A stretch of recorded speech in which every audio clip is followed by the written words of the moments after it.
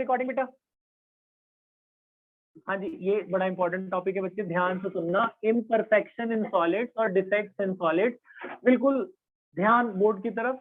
मैं आपको एक फ्लो चार्ट से बताता हूँ, जो आपने नहीं लिखा वो भी आप ना यहाँ से लिख लेना, मैं लिखवा दूंगा आपको। सबका ध्यान 2 मिनट इधर बोर्ड की तरफ, 15-20 मिनट बिल्कुल कंसंट्रेशन यहाँ बना के सुनेंगे। इम्परफेक्शन इन सॉलिड, बेटा सॉलिड चैप्टर पहला चैप्टर चल रहा है सॉलिड स्टेट। सॉलिड दो टाइप के थे, मैंने इनको बताया था। First is crystalline solid and second is amorphous solid, आपने भी पढ़ा होगा। क्रिस्टलाइन वो होता है जिसका फिक्स शेप साइज होता है, एमॉर्फस वो होता है जिसका इरेगुलर शेप साइज होता है। तो हमने पूरे चैप्टर में इसी सॉलिड के बारे में पढ़ना है। क्रिस्टलाइन कैसा होता है? ऐसा क्यूब जैसा होता है। क्रिस्टलाइन हमारे कोर्स में इस तरह का सॉलिड होता है, जो हम नमक खाते हैं कॉमन सॉल्ट, उसका भी कुछ इस तरह का शेप होता है। तो इसके अंदर जैसे हम नमक खाते हैं NaCl, है ना, कई बार होता है इसके अंदर इम्प्यूरिटीज होती है, हमें पता नहीं चलता, तो उसे कहते हैं डिफेक्ट। तो डिफेक्ट कितने टाइप के होते हैं उसे हमें पढ़ना है। इम्परफेक्शन, आप खाते हो व्हाइट सॉल्ट होता है, कई बार आपने ना येलोइश हो जाता है सॉल्ट, है ना, उसमें हल्का सा कलर सा आ जाता है, कुछ हो जाता है, तो उसके अंदर डिफेक्ट आ जाते हैं जो हमें पता नहीं चलता, वो हमारे लिए अच्छा नहीं होता। तो डिफेक्ट कितने टाइप के होते हैं पहले ये सुनिए, फिर उनके बारे में हम डिस्कस करते हैं, उन्हें हटाते कहते हैं। पहले इम्परफेक्शन इन सॉलिड या defects in solid. Defect basically अगर किसी क्रिस्टल में से एक एटम गायब है, पूरे क्रिस्टल है उसमें से कहीं एक एटम, 2 एटम गायब हो गए, एक आध एटम यहाँ से मिसिंग हो गया, तो उसे कहते हैं पॉइंट डिफेक्ट। कोई एक एटम गायब होगा तो उसे क्या कहते हैं? Point defect. और अगर पूरी की पूरी लाइन ही गायब हो गई, एक पूरी रो ही गायब हो गई, तो उसे कहते हैं लाइन डिफेक्ट। अगर एक आध एटम मिसिंग है तो पॉइंट डिफेक्ट, एक पूरी रो ही गायब हो गई, ठीक है, चाहे हॉरिजॉन्टल चाहे वर्टिकल, उसे बोलते हैं लाइन डिफेक्ट। तो हमारे कोर्स में ये वाला डिफेक्ट है, पॉइंट, लाइन वाला डिफेक्ट हमारे कोर्स में नहीं। तो पॉइंट डिफेक्ट के बारे में पढ़ते। पॉइंट डिफेक्ट के अलग अलग टाइप्स होते हैं, तो पॉइंट डिफेक्ट के टाइप आप फ्लो चार्ट से समझिए।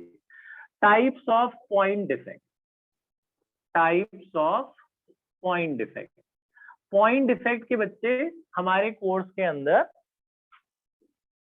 ये सारे टाइप्स होते हैं, आप ध्यान से सुनना।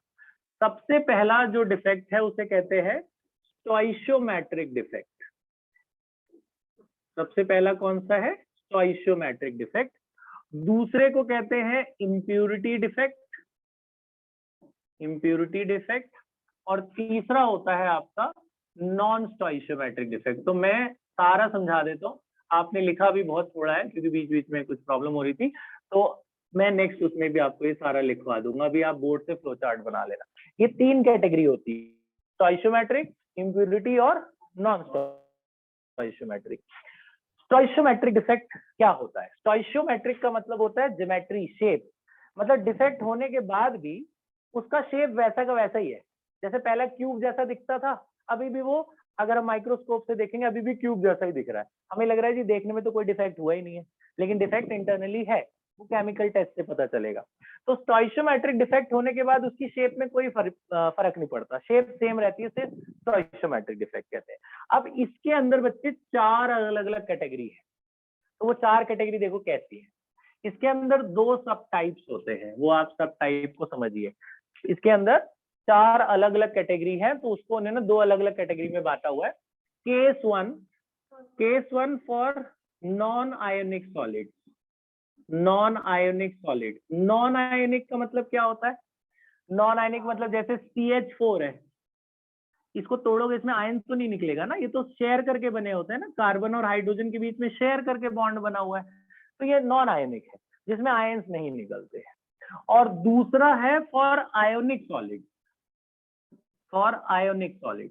आयोनिक सॉलिड जैसे NaCl है, ये आयोनिक है ना, इसको तोड़ोगे तो इसमें से आयंस निकलेंगे ना, प्लस और माइनस, कैटायन और एनायन निकलेंगे। तो नॉन आयोनिक के अंदर 2 सब टाइप है डिफेक्ट्स के, इसके अंदर 2 सब टाइप है।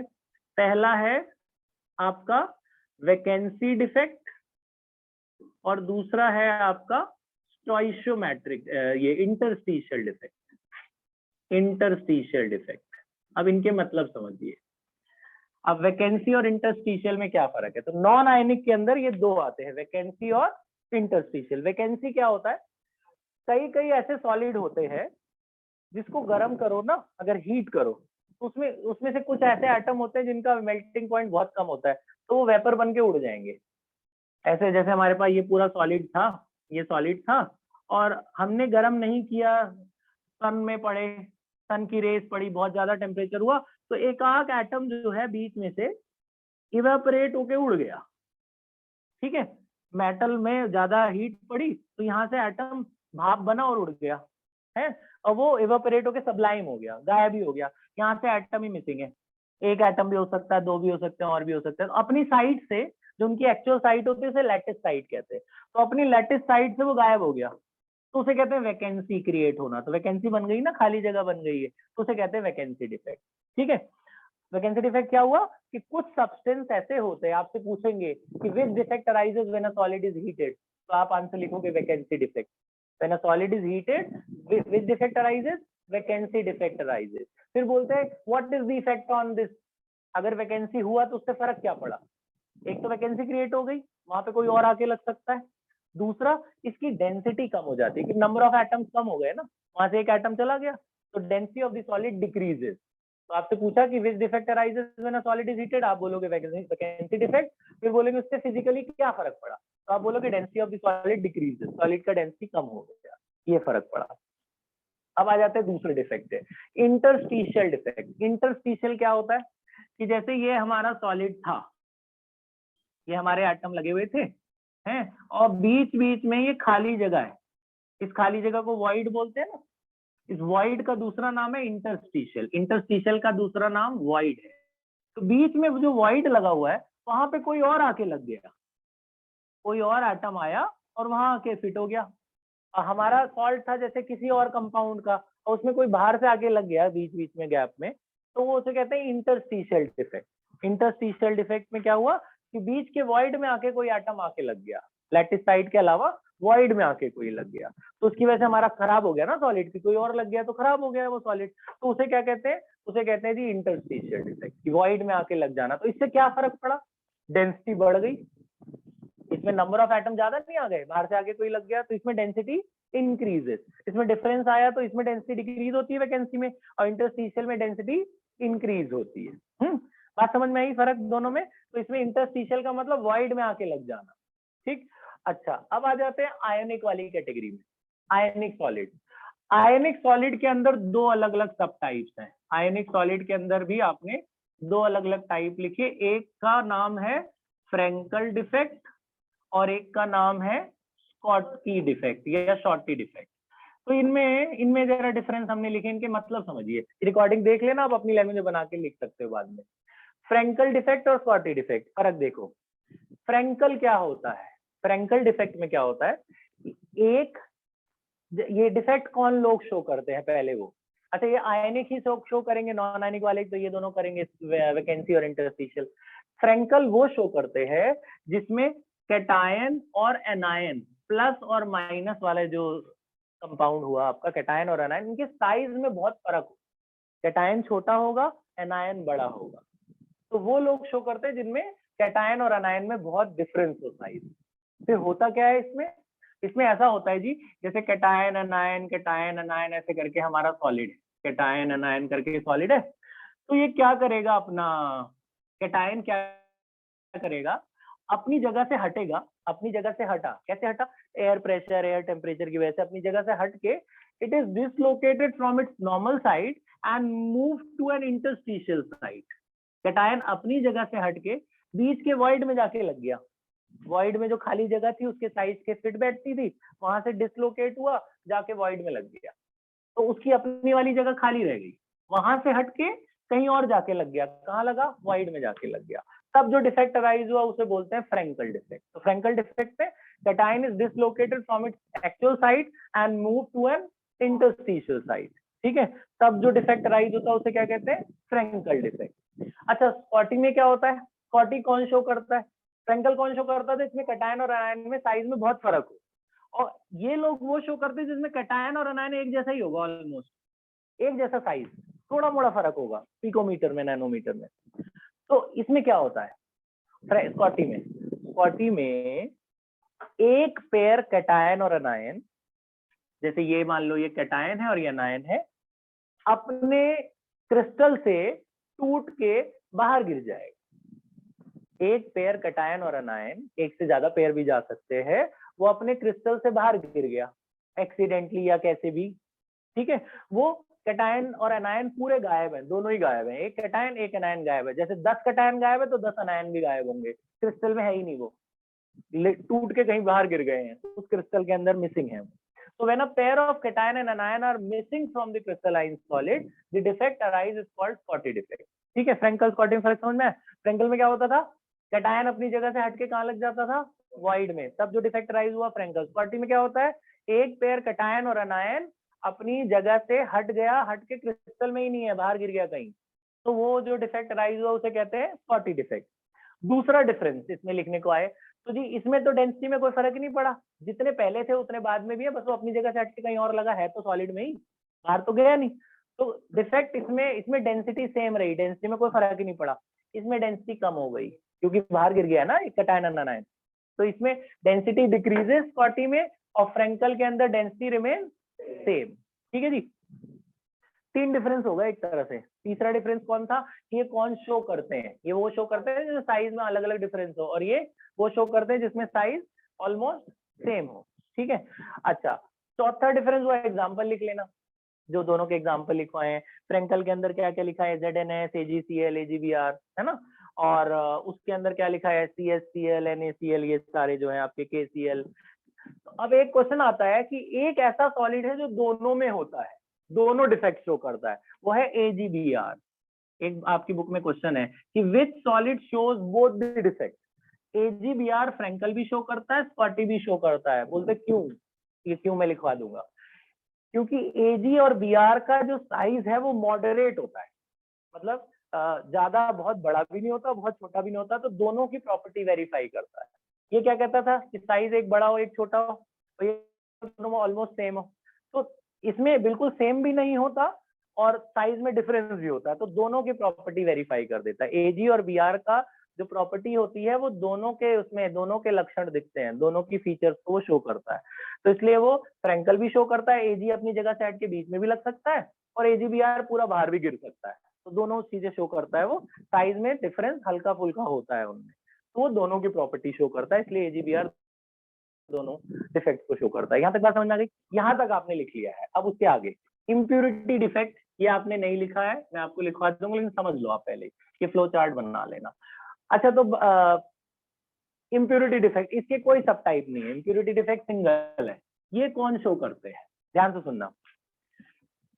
व्हेन अ मोनोवैलेंट क्रिस्टल, ध्यान से सुने, when a monovalent crystalline solid is mixed with a divalent crystalline solid, this defect arises। मतलब जैसे NaCl है, Na में कितना चार्ज है, एक प्लस, इसे बोलते हैं मोनोवैलेंट, है ना। NaCl का क्रिस्टल है, NaCl NaCl NaCl Na, इस तरह से लगा हुआ है, ठीक है जी, NaCl ऐसे लगा हुआ है, ये मोनोवैलेंट वाले क्रिस्टल हैं आपके, हैं। इसको हमने मिला दिया गलती से, ये हमारा नमक है जो हम खाते हैं, कॉमन सॉल्ट, इसको हमने मिला दिया डाइवेलेंट वाले के साथ। डाइवेलेंट मतलब जैसे कैडमियम, ठीक है ना, स्ट्रॉन्शियम, ये डाइवेलेंट है, 2+ वाले हैं, कैडमियम स्ट्रॉन्शियम ही एग्जांपल है, इसके याद रखना। इसको हमने मिक्स कर दिया कैडमियम से, हमने क्या किया, नेचुरली अगल बगल कैडमियम के सॉल्ट थे, कैडमियम क्लोराइड था, और उसके साथ हमारा वाला कॉमन सॉल्ट था, ये मिक्स हो गया, तो हुआ क्या, ये क्या करेगा कैडमियम, ये दोनों सोडियम को रिपेल करके हटाएगा, या जब हीट करोगे सोडियम तो उड़ गया, वैकेंसी डिफेक्ट अराइज होने के बाद ये होता है जनरली, गर्म किया था आपने तो सोडियम उड़ गया था ना इसमें से। फिर वो स्ट्रॉन्शियम या कैडमियम क्या करेगा, स्ट्रॉन्शियम जाके जो दो कैडमियम थे, स्ट्रॉन्शियम के पास कितनी वैलेंसी है, 2, तो जहां 2 सोडियम काम करते थे वहां अकेला एक स्ट्रॉन्शियम दोनों क्लोरीन के साथ बॉन्ड बना लेगा। स्ट्रॉन्शियम के बाद 2 वैकेंसी है, तो इस क्लोरीन के साथ भी बना लिया, इस क्लोरीन के साथ भी बना लिया, है ना, तो आपका सॉलिड तो खराब हो गया ना, आपका सॉलिड तो खराब हो गया, वहां होना चाहिए था सोडियम जो आपकी बोन्स के लिए, ब्लड के लिए अच्छे होते हैं, और वहां आ गया स्ट्रॉन्शियम। ये आपके लिए नुकसानदायक है, आपके लिए इम्प्योरिटी है। अगर आप ये वाला नमक खाओगे तो आपको नुकसान करेगा। तो इसके अंदर इम्प्योरिटी डिफेक्ट आया, बाहर से स्ट्रॉन्शियम इम्प्योरिटी की तरह आ गई, और आपको देख के पता नहीं चल रहा, वो भी सफेद है वो भी सफेद है, नमक जैसा ही लग रहा है, लेकिन आप खाओगे तो बाद में बीमारी होगी, ब्लड टेस्ट होगा तब पता चलेगा जी आपकी बॉडी में तो स्ट्रॉन्शियम चला गया। तो वो उससे होता है जब हम प्योर सॉल्ट खाते हैं, जब ऐसे खराब सा नमक ले लेते हैं और बाहर से बाजार से खा लेते हैं, उसके अंदर स्ट्रॉन्शियम कई बार मिक्स होता है, हमें पता ही नहीं चलता। तो हमारी ब्लड टेस्ट में बाद में पता चलता है जी हमारे अंदर ये चला गया। तो ये क्या हुआ कि when a monovalent crystal is mixed with a divalent crystal, impurity defect arises. कैसे हुआ वो मैं लिखवा दूंगा आपको, समझ में आया कैसे हुआ। सोडियम हटे थे, वहां पे एक स्ट्रॉन्शियम आके 2 सोडियम की जगह लग गया, ऐसे तो बहुत सारे स्ट्रॉन्शियम लगे होंगे, हमने तो एक एग्जांपल दिया। बात समझ में आई कि कौन सा डिफेक्ट था, इम्प्योरिटी डिफेक्ट। अब आ जाते हैं नॉन स्टोइशियोमेट्रिक, ये भी लिखवाऊंगा मैं, समझ लेते हैं ताकि आप एक ही रिकॉर्डिंग में सारा वहां देख पाए। नॉन स्टोइशियोमेट्रिक, स्टोइशियोमेट्रिक ठीक है। स्टोइशियोमेट्रिक के अंदर क्या था जी, स्टोइशियोमेट्रिक के अंदर आपकी शेप नहीं बदलती थी, शेप सेम रहती थी, शेप में कोई फर्क नहीं पड़ता था, उसे क्या बोलते हैं, स्टोइशियोमेट्रिक। और जब शेप बदल जाए तो नॉन स्टोइशियोमेट्रिक। यहाँ पे डिफेक्ट होने के बाद भी वो वैसा ही दिख रहा था, यहाँ डिफेक्ट होगा तो उसकी शेप बदल जाएगी, शेप बदल गई तो नॉन स्टोइशियोमेट्रिक डिफेक्ट। नॉन स्टोइशियोमेट्रिक के अंदर 2 कैटेगरी है, इसके अंदर कोई नहीं थी ना इम्प्योरिटी के अंदर, और स्टोइशियोमेट्रिक के अंदर एक तरह से 4 है, 4 है ना, ये 1 2 3 4, 2 केसेस में मैंने इसलिए डिवाइड कर दिया ताकि आपको याद रहे। आयन नॉन आयनिक के लिए 2 है, वैकेंसी और इंटरस्टिशियल, और आयनिक के लिए 2 है, फ्रैंकल और स्कॉटी। इम्प्योरिटी में कोई नहीं है। नॉन स्टोइशियोमेट्रिक में 2 है, मेटल एक्सिस डिफेक्ट और metal deficiency defect. Metal axis defect और मेटल डेफिशिएंसी डिफेक्ट। अब ये दोनों समझिए जरा ध्यान से, ये लास्ट डिफेक्ट है हमारे, डिफेक्ट फिर खत्म हो जाएगा इसके बाद। मेटल एक्सिस डिफेक्ट, नाम से पता चला है मेटल एक्सिस, मेटल ज्यादा है ना, ये कब होता है, मेटल ज्यादा हो गया, कैसे हुआ ध्यान से सुनो। मान लो ये मेरे पास है एक NaCl का क्रिस्टल, मान लो इसमें बहुत सारे NaCl है, ठीक है, और ऐसे कुछ कुछ एटमॉस्फेयर होते हैं जहाँ पे सोडियम के वेपर्स पाए जाते हैं, हमारे यहाँ तो नहीं है आसपास, ऐसे नेचर में कुछ कुछ जगह ऐसी है जहाँ पे हवा में ही बहुत सारी सोडियम के वेपर्स उड़ते हैं। तो मान लो हमारे पास ये एक नमक का क्रिस्टल है, इसमें बहुत सारे सोडियम क्लोराइड है ये पेन के अंदर, और मैंने इस नमक क्रिस्टल को जो NaCl बहुत सारे थे, मैंने उसको ऐसे एटमॉस्फेयर में रख दिया जहां हवा के अंदर, एयर के अंदर बहुत सारे सोडियम के वेपर्स थे। हवा के अंदर क्या है, बहुत सारे सोडियम। अब क्या हुआ, फिर ये सोडियम कंडेंस हुआ, ठंडा हुआ, ठंडा होके इस पेन के ऊपर जम गया, इस पेन के ऊपर डिपॉजिट हो गया। फिर ये बहुत सारे सोडियम आके इस सोडियम क्लोराइड के क्रिस्टल के ऊपर आके जम गए। तो अब मेरा इसमें सोडियम ज्यादा हो गया ना, सोडियम ज्यादा हो गया, क्लोरीन कम हो गया ना, मेटल की कंसंट्रेशन बढ़ गई, सोडियम मेटल है ना, मेटल की कंसंट्रेशन बढ़ गई और नॉन मेटल यानी क्लोरीन की कम हो गई, तो मेटल बढ़ गया, इसी को कहते हैं मेटल एक्सिस डिफेक्ट। मेटल ज्यादा हो गया, उसमें क्लोरीन भी होना चाहिए था, लेकिन वहां एटमॉस्फेयर में सोडियम इतने सारे थे, वो सारे आके इसके ऊपर जम गए और डिपॉजिट हो गए। तो ये जो आपका डिफेक्ट अराइज हुआ इस नमक के अंदर, सोडियम बहुत सारा हो गया, तो ये भी आपके लिए नुकसानदायक है, ज्यादा सोडियम खाओगे वो भी ब्लड में मिलेगा, वो भी नुकसानदायक है। अच्छा, इसके अंदर क्या याद रखना है, इसके अंदर एक डेफिनेशन आती है, उस डेफिनेशन को कहते हैं बच्चों, मैं लिखवा दूंगा, उसे कहते हैं एफ सेंटर।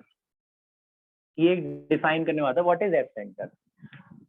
सुनो, एफ सेंटर क्या होता है, यहाँ पे बहुत सारे सोडियम आ गए थे ना, आपको पता है सोडियम का एटॉमिक नंबर होता है 11, कॉन्फ़िगरेशन क्या होती है 281, इसके पास एक इलेक्ट्रॉन फ्री होता है, एक इलेक्ट्रॉन सोडियम के बाहर फ्री होता है।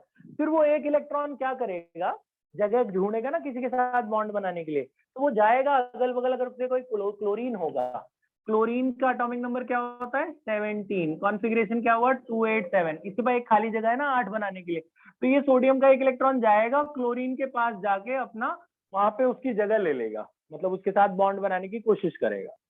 तो क्लोरीन पे तो पहले ही माइनस चार्ज था ना, फिर भी ये जबरदस्ती जाएगा और वो सोडियम वाला इलेक्ट्रॉन जाके क्लोरीन में वो फोर्थ जो थर्ड वाली शेल है उसमें जबरदस्ती घुस जाएगा और घुस के अपनी एक जगह बनाने की कोशिश करेगा। So the anionic vacancy, anion मतलब negative charge, the anionic vacancy trapped by this sodium electron is called F center. ये जो खाली जगह थी जहां पे आके सोडियम का इलेक्ट्रॉन जबरदस्ती घुस गया, उस खाली जगह को बोलते हैं F center. The anionic vacancy trapped by this electron is called F center. उस F center की वजह से जो सॉलिड होता है उसका कलर बदल जाता है। जैसे सोडियम क्लोराइड में बहुत सारा सोडियम चिपक जाएगा ना, तो वो येलो कलर का हो जाता है। ठीक है, सोडियम क्लोराइड पूरा येलो येलो दिखेगा, व्हाइट सॉल्ट होता है वो येलो दिखेगा। लिथियम क्लोराइड पिंक दिखता है, लिथियम क्लोराइड में भी होगा ये, तो पिंक पिंक पिंक हो जाएगा, उसका कलर बदल जाएगा। तो आपसे पूछते हैं कि व्हाट, ये क्वेश्चन है, what is the cause of colour change, what is the cause of colour change in a crystalline solid? आप बोलोगे एफ सेंटर। समझिए कलर कहां से आया? वो एफ सेंटर का जो इलेक्ट्रॉन है, उस इलेक्ट्रॉन की फ्रीक्वेंसी विबग्योर में से जिस कलर से मैच कर जाती है वो कलर का सॉलिड बन जाता है। वो येलो से मैच कर जाएगी विबग्योर में तो येलो बन जाएगा। समझ रहे हो? अब पिंक तो है नहीं इसमें, तो ये प्राइमरी कलर है ना, इनके मिक्सचर से पिंक भी बन जाएगा, है ना, तो पिंक भी बन जाता है। तो लिथियम क्लोराइड पिंक कलर का होता है एफ सेंटर के इलेक्ट्रॉन की वजह से, और सोडियम क्लोराइड येलो कलर का होता है। ठीक है, ये सारी बातें याद रखना, ये काम आएंगी, एक ही बार चल रहा है जो चल रहा है। मेटल एक्सेस में समझना है क्या हुआ था कि जब मेटल को, किसी सॉलिड को हमने ऐसे एटमॉस्फेयर में रख दिया जहां पे बहुत सारे सोडियम के वेपर थे, बहुत सारे मेटल के वेपर थे, तो मेटल जब ठंडा हुआ तो उसके ऊपर डिपॉजिट हो गया, तो मेटल ज्यादा हो गए, तो मेटल एक्सेस डिफेक्ट हो गया। फिर उसकी वजह से उसका कलर बदल गया। कलर कैसे बदला? वो एक इलेक्ट्रॉन मेटल वाला वो एनायनिक वैकेंसी में जाके ट्रैप हो गया। उस एक इलेक्ट्रॉन की फ्रीक्वेंसी विबग्योर में से जिस कलर से मैच करी वही कलर आ गया। उस खाली जगह को एफ सेंटर कहते हैं। ठीक है, मेटल एक्सेस डिफेक्ट खत्म। Last, metal deficiency defect. Metal deficiency defect लगता है बड़े बड़े सॉलिड में, जैसे आयरन है। अब आयरन का साइज बहुत बड़ा होता है। आयरन पे जब रस्ट लगती है, आपने पढ़ा होगा आयरन पे रस्ट लगती है, ऑक्सीजन से रिएक्ट करता है, तो अब आयरन का साइज तो बहुत बड़ा और ऑक्सीजन का साइज बहुत छोटा, तो ऑक्सीजन पूरे आयरन के साथ बॉन्ड नहीं बना पाता, कुछ के साथ बना पाता है। जैसे एक ऑक्सीजन 0.56 के साथ बना पाया बॉन्ड, इसका मतलब है कि एक ऑक्सीजन 56% आयरन को ही कवर कर पाया। 56% को ही 0.56 बोलेंगे ना, पूरे को नहीं कर पाया। तो इसमें आप देखो मेटल कम है ना, ये एक है और ये कितना है 0.56, माने हर 100% ऑक्सीजन पे सिर्फ 56% आयरन है। तो मेटल कम है तो उसे मेटल डेफिशिएंसी बोलेंगे, और जब मेटल ज्यादा था तो उसे मेटल एक्सेस बोलते थे। तो मेटल डेफिशिएंसी में इतना ही है बस। आया समझ? मेटल डेफिशिएंसी क्या हुई? जैसे रस्ट वस्ट लगता है तो बड़ा साइज का एटम अगर छोटे से के साथ रिएक्ट करने को जाए तो पूरा तो घेर नहीं पाएगा, कुछ ही दूर रिएक्ट कर पाएगा, तो कुछ परसेंटेज के साथ ही घेर पाया, तो उसे क्या बोलते हैं? Metal deficiency defect. बात समझ में आई? तो ये सारे डिफेक्ट है। ये फ्लो चार्ट आप चाहे तो बना सकते हैं आपके काम के लिए। बाद में हम लोग, अभी हमने क्या क्या लिखना है? इम्प्यूरिटी लिखना है, नॉन स्टोइचियोमेट्रिक के अंदर 2 चीजें और लिखवाऊंगा मैं आपको। ये फ्लो चार्ट बना लो और हमारे डिफेक्ट सारे खत्म। पॉज कर दे बेटा।